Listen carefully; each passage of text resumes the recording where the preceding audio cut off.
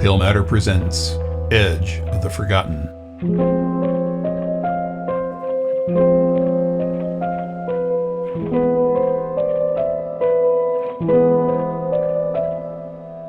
Edge of the Forgotten is a horror podcast series and may contain material not suitable for all audiences.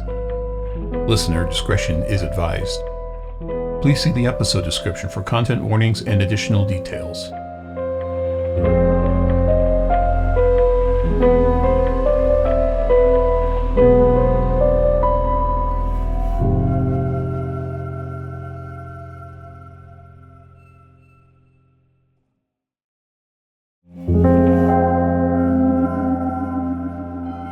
Episode 7, The Taint House.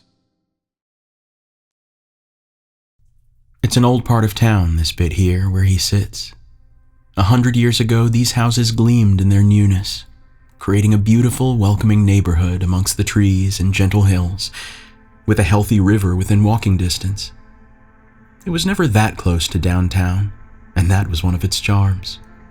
But with time and the shifting growth of the town itself, people drifted even further away from the city center, and slowly abandoned this once vibrant neighborhood. What was once an area full of families and their hopes was now a stretch of derelict homes and empty lots, with few stragglers left. Their hope faded to a quiet desperation. He knows he would have enjoyed visiting this place in the daytime, with the light providing a disinfecting view and reasonable distance to any possible troubles. There is a certain beauty to the rotting remains of old buildings when you can see them clearly. But they did not come during the daytime, and they did not come to simply look around. Well, his friends didn't anyway. He simply tagged along, thinking it would be a quick, fun trip to an area he had never seen before. And so he sits here in the growing darkness with the late evening air shifting from cool to uncomfortably cold. He pulls his jacket both tighter and downward, trying to get the bottom edge low enough to provide a barrier between the chilled rough edge of the concrete curb and his rear. He tells himself it's better, but it's not. Even still, he prefers sitting on this far side of the road, and away from the old boarded-up house. The Taint House, as his buddies called it. The same friends who, many long minutes ago, disappeared through a gap in the dilapidated wooden fence to the right of the house, leaving him to keep watch on the street and the truck. This isn't right, he thinks to himself, and not for the first time today. But prior to this moment, their trip had been in the abstract, visiting a part of town that had long ago been abandoned, just to get a special high, a special drug. His friends swore the trip was worth coming down here, a mind-altering experience like no other. They had heard about it from some friends who had heard about it from someone else, and well, here they were. And he wants nothing but to leave this place. The thought of this isn't right gives way to this is a mistake. Only a handful of houses dot the nearby landscape, with empty and wildly overgrown lots between them. A few streetlights stand in silence along the strip of street he can see, but not one of them shines down on the pothole-marked road below, their light having died many years prior. The only illumination comes from the low-hanging half-moon, barely peeking through the leafless and straggly branches of the dead trees that reach over everything. The few houses within sight that remain provide no solace. One had partially collapsed, and the other two had broken and jagged windows with only blackness behind them. Only one still had a front door. All in all, they unsettle him in a deeply unnerving way, constantly pulling his attention to their darkened depths. The Taint House, though, is something special in these parts. It too is small, only a single story, but has a more expansive roofline, with windows set into the attic as a faux second floor. All of the windows on the main floor are boarded up, with so many layers of spray paint that none of the individual architectural work comes through clearly. Those two higher windows, though, remain intact, unbroken, unmolested, something rather surprising given the rest of the homes on the street. These windows stare right through him, and he does his best not to return the favor. His buddies swore they'd return quickly. They just had to slip through the fence and around back down into the cellar. The deal would be quick, as the friends of friends had said. It'll be so quick his friends didn't offer to leave the truck keys behind, and of course they had locked the doors. So he sits, the concrete stealing what little warmth he has as the night grows darker and colder. He fiddles with his phone, flipping through game after game, trying to pass the time. Time does not pass quickly, but his battery level does, dipping into red and still falling. He reduces the screen brightness to conserve the last bits of juice, and then, noticing the moon is nearly gone, wonders how long his phone would last as a flashlight if needed. He pockets the thing. It's been too long, he thinks. His mind jumps through the options. They got jumped, they got hurt, and then they're pranking me.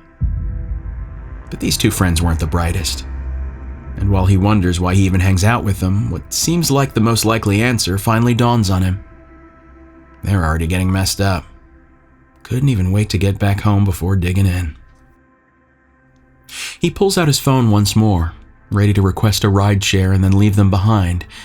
But before opening the app, he has a sinking realization. No one's coming out this way to get him. Not some rideshare app, not another friend. He doubts even the police would come out this way in an emergency. Sitting at the dead end of town, he's on his own, until he drags the two idiots out of the old house himself. He shoots off a handful of desperate texts just in case, as group messages to his friends first and then individually. The messages show as delivered, then read, but no responses come back. He waits a few minutes more, but still there's nothing, except the red of the battery slipping further toward its last sliver of life. There is only one option for him. He gets up and heads to the house. The street crunches beneath his feet, one of the few sounds heard over the light wind, as he steps carefully around the crumbling potholes and cracks large enough to swallow a foot whole. On the other side, the pavement gives way to dried grass and overgrown weeds. Scattered here and there, old trash clings to the wild growth. A narrow path cuts through it all, winding toward the fence. A foul odor of decay wafts up on this side of the road. Something nearby has died in the past week. Probably a raccoon, he thinks. He hopes it's only that. As he picks his way through the weedy front lawn, he briefly looks up to those black, lifeless windows. He shivers, and not from the cold, as if he just got caught looking where he shouldn't. He purposely glances away, focuses on the wooden boards of the fence and the gap where one board has rotted and fallen off. Just slip through and get down into the cellar, he tells himself. They're there, tripping out of their minds, but they're there. The hole isn't quite big enough for him. He's tall and thin, but the hole is tighter still. Luckily, another board gives way, swinging on a rusty nail, opening the space wider, enough to slip through. A jagged edge snatches at his jacket as he passes, and a faint rip screams out before he can stop. He's through now, though. The backyard is even more chaotic than the front of the house, significantly more dense overgrowth, with a massive old barren oak tree overhanging much of the space. Piles of debris and junk litter the area, as if it had become a dumping ground years prior. And of course, the fence is mostly down or missing large swaths of boards back here. I shouldn't have come around, he thinks before realizing. I shouldn't have come at all. The back of the house is much like the front. Old plywood covers all of the windows. Here, though, there is only one layer of spray paint, and it's across a large swath of the back, in a crude but simple writing. 4 words stacked on top of each other. Will. I am Taint. For the briefest of seconds, he's reminded of a singer or rapper or whatever.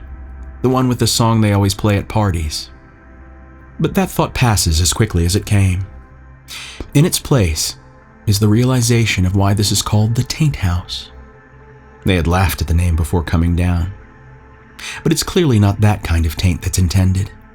Despite the poor attempt at clever wordplay, there is an obvious sinister suggestion here, and he feels it in his bones. It's menacing enough that no other graffiti artist dared paint over this message, this statement, this threat. This is a mistake, he thinks to himself. Beneath the words is a set of old-style cellar doors with one still open and cement steps leading down. It's dark, but there's a faint yellow light coming from further within. He's not comfortable shouting from here. He's not sure who might be nearby, and it doesn't seem prudent to call attention to being out here alone. He steps down one step, and then another, and one more. He leans down, peering deeper in. The floor at the bottom of the steps runs deep with cracks, breaking up the layers of stains like some geological event. Water stains, dirt stains, and more. Darker stains like oil, or worse. He still can't see much further in, and doesn't want to. He bends down before speaking so most of the sound stays within the basement, and then he calls out, "Guys? Hello?" In response, there's a shuffling sound beyond his line of sight, deeper in. It's faint, but he's certain he heard it. "Guys, let's go. Come on, it's getting cold out here." Another stirring, and then nothing. He sighs and finishes walking down the last few steps. The ceiling is almost full height, with bare beams full of webs and dust. Ragged and broken cinder blocks form the furthest walls, with additional stains scattered across their surfaces. A bare light bulb hangs from the middle of this space, so faint and grime-covered it threatens to die at any moment. The light flickers and whines as if cracked and protesting its feeble existence. In one brief flash, the flicker shifts to an odd ultraviolet light, so quick and subtle he's not sure it even happened. Far to the right, barely discernible in the darkness, a rickety wooden staircase extends up to the first floor. He can't quite tell, but it appears that many steps are missing, and the handrail has rotted away. Straight ahead, set in the far wall, a simple wooden door holds back a stronger light, its intensity seeping out from below. Beyond that, everything lies in murky darkness. It's warmer down here. Not much, but enough to make the place feel humid and sticky. A musty smell fills the air, and just about masks an underlying stink, like a rancid oil perhaps, or maybe something decaying. "Come on, guys, time to go." He intends to say this with certainty, authoritative, but it comes out much quieter, almost questioning. As he waits for a response, something moves across the path of light shining below the door, and then its full strength once more.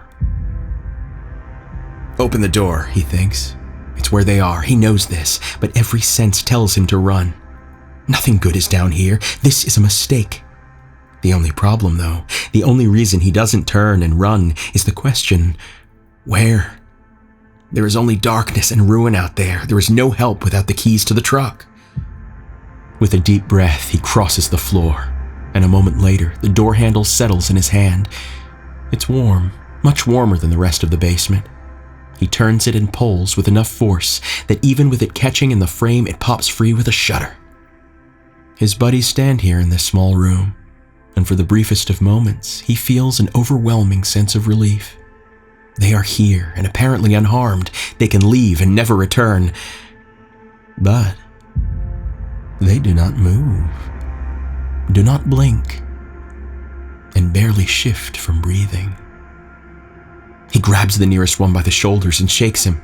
"Hey, hey," he says over and over. Nothing changes.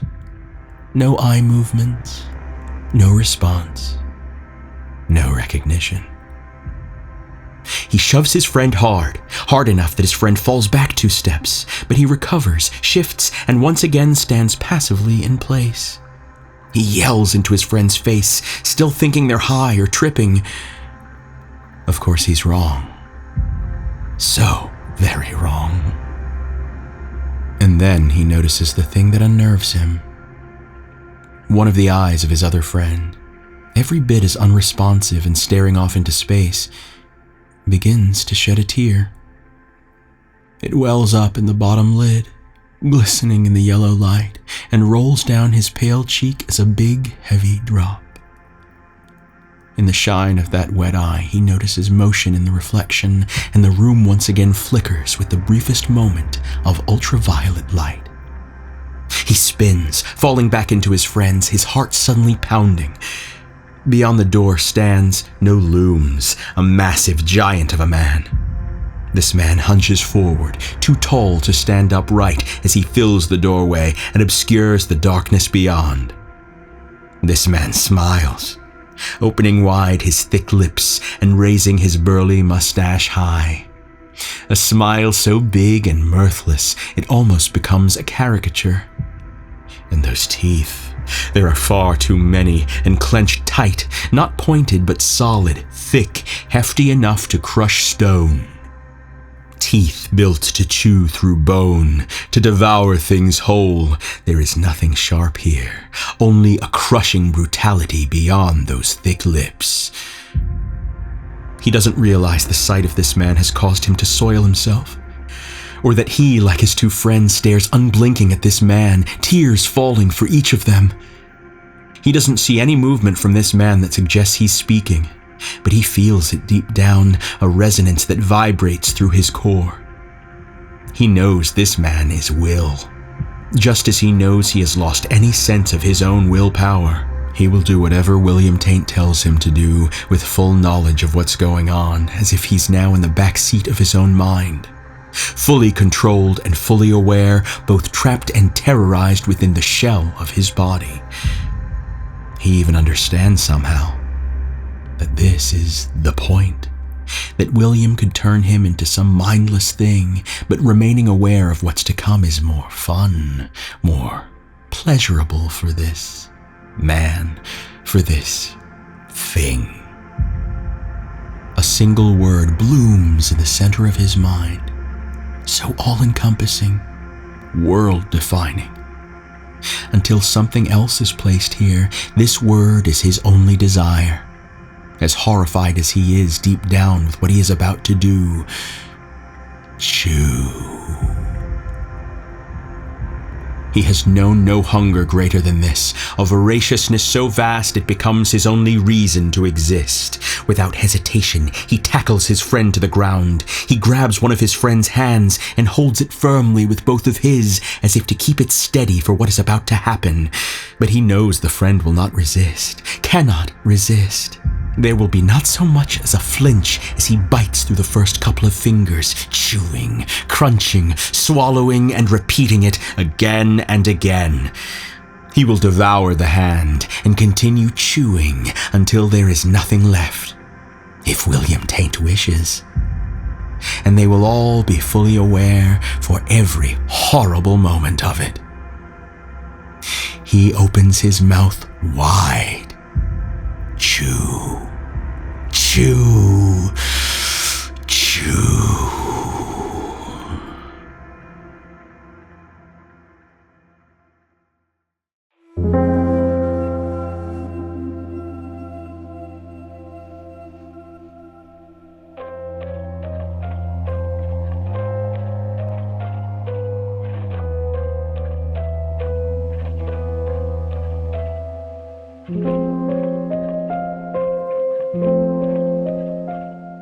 Edge of the Forgotten is a Pale Matter podcast distributed by the Realm Podcast Network.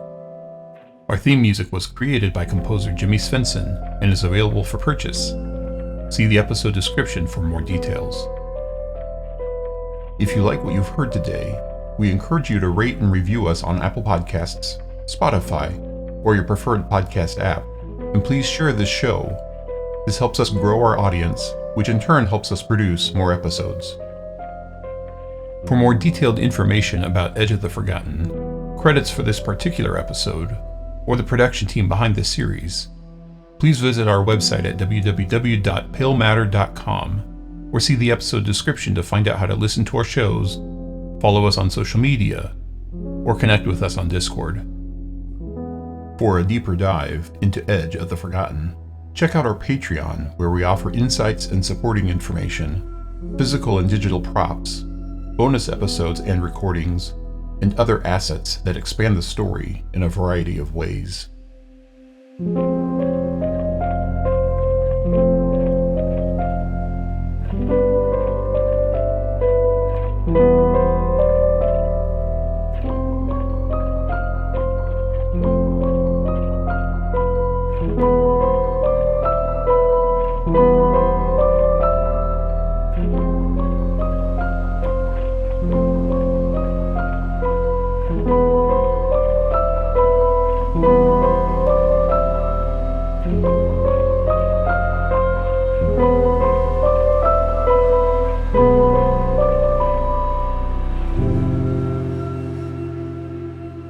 Thank you for listening.